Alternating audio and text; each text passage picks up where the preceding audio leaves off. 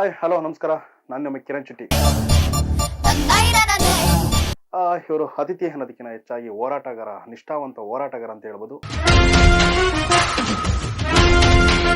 ಮತ್ತಾರು ಅಲ್ಲ, ಅವರು ನಮ್ಮೆಲ್ಲರ ಪ್ರೀತಿಯ ಕಳೆದ 13 ವರ್ಷಗಳಿಂದ ನಿರಂತರವಾಗಿ ಸೌಜನ್ಯ ಹೋರಾಟ ಮಾಡ್ಕೊಳ್ತಾ ಬಂದಿದ್ದಾರೆ. ಈ ಒಂದು ಪ್ರಜಾಪಯಣದಲ್ಲಿ ಅವ್ರನ್ನ ಅತಿಥಿಯಾಗಿ ನಾವು ಇವತ್ತು ಬರಮಾಡ್ಕೊಳ್ತಾ ಇದ್ದೀವಿ. ಕರ್ನಾಟಕ ರಾಜ್ಯಾದ್ಯಂತ ಮನೆ ಮಾತಾಗಿದ್ರಿ. ನಾವು ಮೂಲತಃ 1968ರಲ್ಲಿ ತಂದೆ ಮುಂಬೈಯಲ್ಲಿದ್ರ. ಯಾವುದೇ ಸರ್ಕಾರದ ಭೂಮಿಗಳು ಅದು ಇದು ಯಾವುದೇ ಇಲ್ಲ. ಧರ್ಮಸ್ಥಳದ ಮಂಜುನಾಥ ಸ್ವಾಮಿ ಹಾಗೂ ಅಣ್ಣಪ್ಪ ಸ್ವಾಮಿಯ ಪರಮ ಭಕ್ತರು. ಬ್ಯಾಂಗ್ಳೂರಿಗೆ ಹೋಗಿ ಎಲ್ಲ ಹೋಟ್ಲಲ್ಲಿ ಕೆಲಸ 1-2-3 ತಿಂಗಳು ಕೆಲಸ ಮಾಡಿ 6-7 ಸಾವಿರ ಅಡಿಕೆ ಗಿಡ ಇದೆ. ಎಷ್ಟು 2ನೇ-3ನೇ ಕ್ಲಾಸ್ ಇರುವಾಗಲೇ ನಾವು ಉಳುಮೆ ಎಲ್ಲ ಮಾಡ್ತಿದ್ದವರು. ಈಗಲೂ ಕೂಡ ಜೀರೋ ನಾನು. ಹಾಯ್ ಹಲೋ ನಮಸ್ಕಾರ. ನಾನು ನಿಮ್ಮ ಕಿರಣ್ ಶೆಟ್ಟಿ. ಪ್ರಜಾಪಯಣ ವಿಶೇಷ ಕಾರ್ಯಕ್ರಮಕ್ಕೆ ಸ್ವಾಗತ. ಪ್ರಜಾಪಯಣದ ವಿಶೇಷ ಅತಿಥಿಯಾಗಿ ಇವರು ಅತಿಥಿ ಅನ್ನೋದಕ್ಕಿಂತ ಹೆಚ್ಚಾಗಿ ಹೋರಾಟಗಾರ, ನಿಷ್ಠಾವಂತ ಹೋರಾಟಗಾರ ಅಂತ ಹೇಳ್ಬೋದು. ಈ ನಿಷ್ಠಾವಂತ ಹೋರಾಟಗಾರನ ಜೀವನದ ಪಯಣದಲ್ಲಿ ಯಾವ್ಯಾವೆಲ್ಲ ಕಷ್ಟಗಳು ಎದುರಾದವು, ಯಾವ್ಯಾವೆಲ್ಲ ಏಳು ಬೀಳುಗಳನ್ನ ನೋಡಿದ್ರು, ಅವರ ಜೀವನ ಗಾತಿಯ ಏನಿದೆ ಅಂತ ಅವ್ರ ಬಾಯಲ್ಲಿ ಕೇಳುವಂಥ ಪ್ರಯತ್ನ ಪಡೋದಂತ ಮತ್ತಾರು ಅಲ್ಲ, ಅವರು ನಮ್ಮೆಲ್ಲರ ಪ್ರೀತಿಯ ಮಹೇಶ್ ಶೆಟ್ಟಿ ತಿಮ್ಮಾರೋಡಿಯವರ ಮನೆಗೆ ಬಂದಿದ್ದೀವಿ ಇವತ್ತು. ಅವರ ಮನೆ ಅಂಗಳದಲ್ಲಿ ಯಾರ್ಯಾರಿದ್ದಾರೆ, ಅವ್ರ ಮನೆಯ ಜೊತೆಲಿ ಯಾರ್ಯಾರಿದ್ದಾರೆ, ದಿನನಿತ್ಯ ಅವರು ಏನೇನೆಲ್ಲ ದಿನನಿತ್ಯ ಏನೇನು ಕೆಲಸಗಳೆಲ್ಲ ಮಾಡ್ತಾರೆ.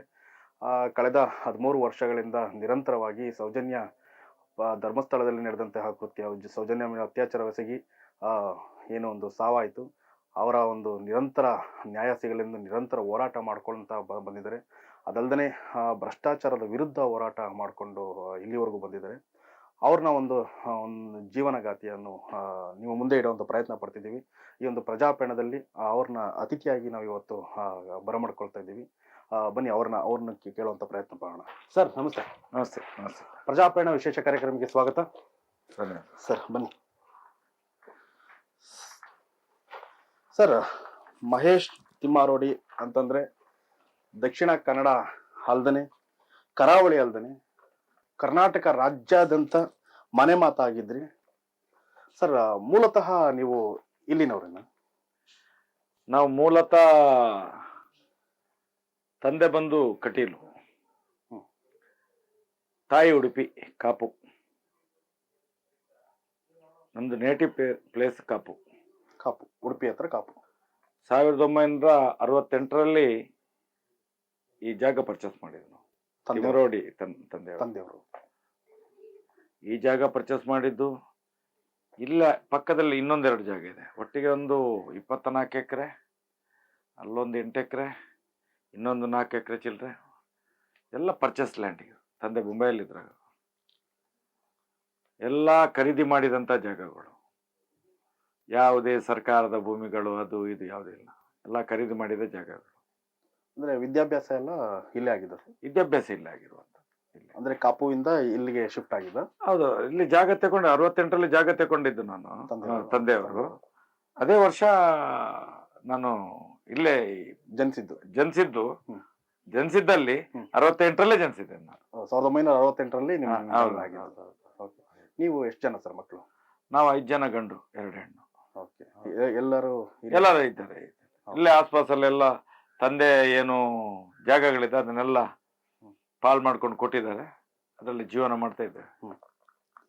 ಸರ್, ತದನಂತರ ನಿಮ್ದು ವಿದ್ಯಾಭ್ಯಾಸ ಎಲ್ಲ ಮುಗಿದಿದ್ದು ಇಲ್ಲೇ ಉಜಿರೆ ಓಕೆ ಜನಾರ್ದನ ಶಾಲೆ ಅಂತ ಇದೆ, ಅದರಲ್ಲಿ.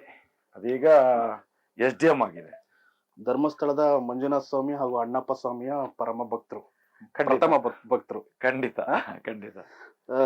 ಯಾರೆಷ್ಟೇ ನಿಮ್ಮ ಮೇಲೆ ದೌರ್ಜನ್ಯ ಸಿಗಿದ್ರು ಅದರ ವಿರುದ್ಧವಾಗಿ, ಭ್ರಷ್ಟಾಚಾರದ ವಿರುದ್ಧವಾಗಿ ಹೋರಾಟಗಳನ್ನ ಮಾಡ್ತಾ ಬಂದವರು ನೀವು. ಖಂಡಿತ. ಹಿಂದುತ್ವ ಅನ್ನೋ ಒಂದು ಹೆಸರನ್ನ ಮೈಗೂಡಿಸ್ಕೊಂಡು ಸಾಕಷ್ಟು ಹೋರಾಟಗಳನ್ನ ಮಾಡ್ತೀರಿ. ಹೌದು.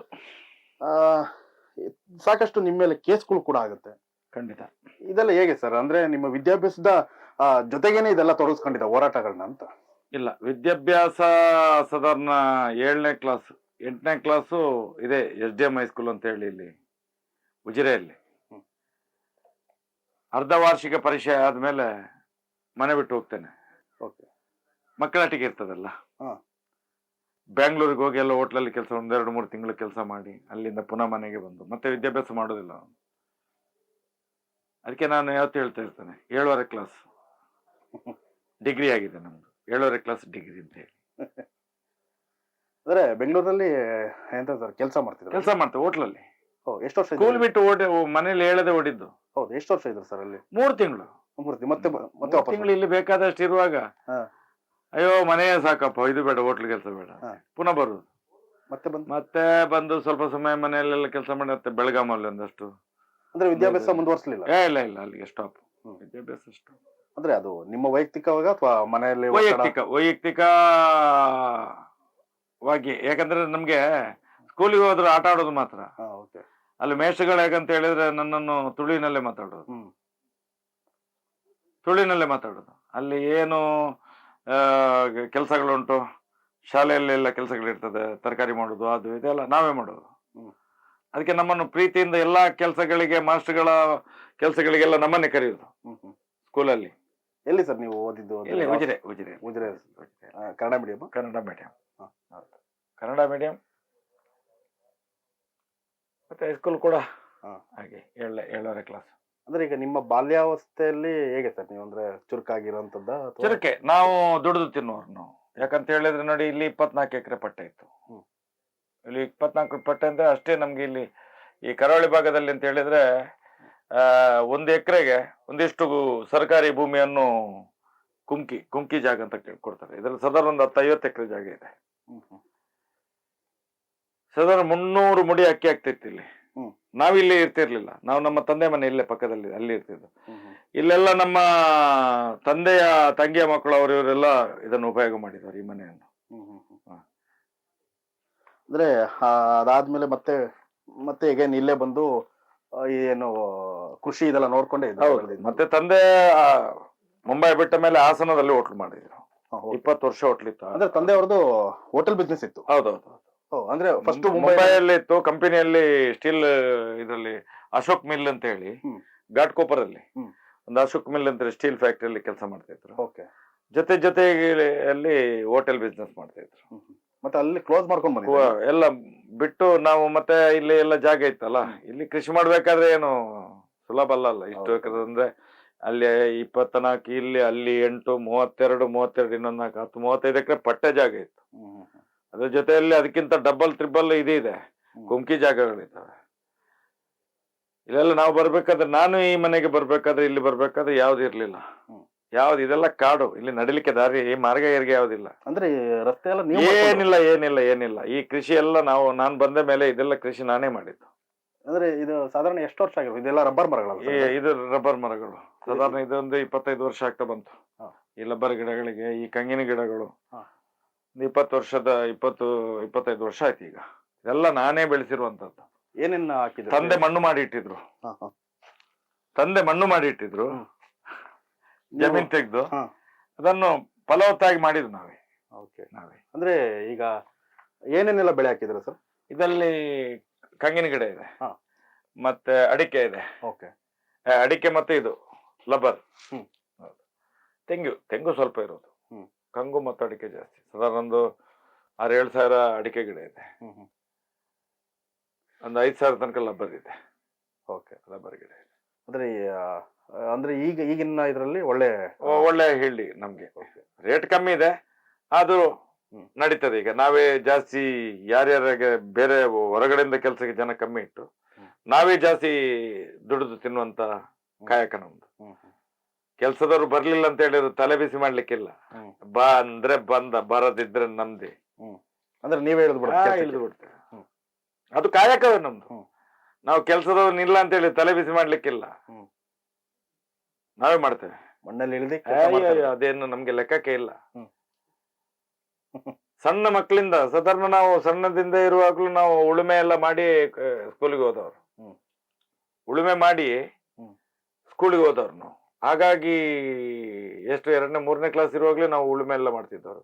ಬೆಳಿಗ್ಗೆ ಎದ್ದು ದನ ಮೇಯಿಸುದು, ಕೋಣಗಳಿಗೆ ನೀರಿಡುವುದು, ಅಕ್ಕ ಚೆಲ್ಲ ಇಟ್ಟು ಅದನ್ನು ಕೆಲಸದವ್ರು ಬರೋದಕ್ಕಿಂತ ಮೊದಲು ಅದನ್ನು ಪೂರ್ತಿ ಹೊಟ್ಟೆ ತುಂಬಿಸಿ ಎಲ್ಲ ಕೆಲಸ ಮಾಡಿ ತಯಾರು ಮಾಡಿ ಇಡೋದು. ಹಸುಗಳು ಇದಕ್ಕೆ ಕೋಣಗಳಿಗೆ ಹೊಲ ಇದು ಮಾಡ್ಲಿಕ್ಕೆ.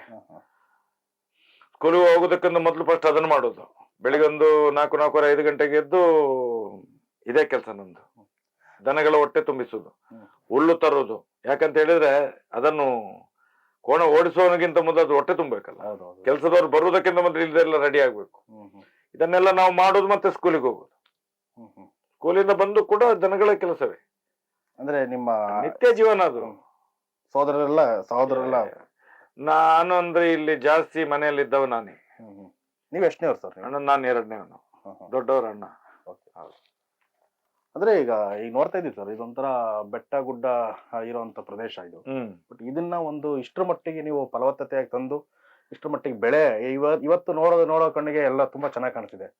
ಎಷ್ಟು ಅವತ್ತಿಗೆ ಎಷ್ಟು ಕಷ್ಟ ಆಯ್ತು ಸರ್? ಎಷ್ಟು ಚಾಲೆಂಜಿಂಗ್ ಇತ್ತು ಇದು? ಇದನ್ನ ಅಂತ ಹೇಳಿದ್ರೆ ನಮ್ಗೆ ಈ ಗಿಡ ನೆಡುವಾಗ ಇದರಲ್ಲಿ ಫಸ್ಟಿಗೆ 1,000 ಗಿಡ ನೆಡುವಾಗ ಇದಕ್ಕೆ ನೀರಿನ ಗತಿ ಇರ್ಲಿಲ್ಲ ನನಗೆ. ನೀರು ಮಾಡ್ಲಿಕ್ಕೆ ಆಗ್ತಿರ್ಲಿಲ್ಲ. ಯಾಕಂತ ಹೇಳಿದ್ರೆ ನಾನು ಈ ಗಿಡ ಮಾಡುವಾಗ ಎಲ್ಲ ಸಾಧಾರಣ 1998 ಈ ಟೈಮಲ್ಲೆಲ್ಲ ಈ ಗಿಡ ಇಡುವಾಗ ಮದುವೆ ಇದು ಈ ಗಿಡ ಮದುವೆ ಆದ್ಮೇಲೆ ಕೆಳಗಿದ್ದೆಲ್ಲ ಅದಕ್ಕಿಂತ ಸ್ವಲ್ಪ ಮುಂದೆ 4-5 ವರ್ಷ ಹಿಂದೆ ಮಾಡಿರುವಂತದ್ದು. ಹಾಗೆಲ್ಲ ಇಲ್ಲಿ ವಾಲಂಟಿಯರ್ ನಾವೇ ಕೆಲಸ ಮಾಡುವಂತದ್ದು. ಇದು ಮತ್ತೆ ಕೆಲಸದವರಿಗೆ ಸಂಬಳ ಕೊಟ್ಟು ಅಂತ ಹೇಳಿ ಅಲ್ಲ, ನಾವೇ ಮಾಡಿರುವಂತದ್ದು. ನಮ್ಮ ದುಡಿಮೆಯಿಂದಲೇ ಇದನ್ನು ಜಾಸ್ತಿ ಬೆಳೆಸಿರುವಂತದ್ದು. ನಮ್ಗೆ ಇನ್ಕಮ್ ಹೊರಗಡೆದ ಇನ್ಕಮ್ ಇಲ್ಲ ನನಗೆ. ಈಗಲೂ ಕೂಡ ಜೀರೋ. ನಾನು ಇದೇ ಇನ್ಕಮ್ ಕೃಷಿಯಿಂದಲೇ. ಮಹೇಶ್ ತಿಮ್ಮಾರೆಡ್ಡಿ ಅವರ ನನ್ನ ಆದಾಯ ಕೃಷಿಯಿಂದಲೇ.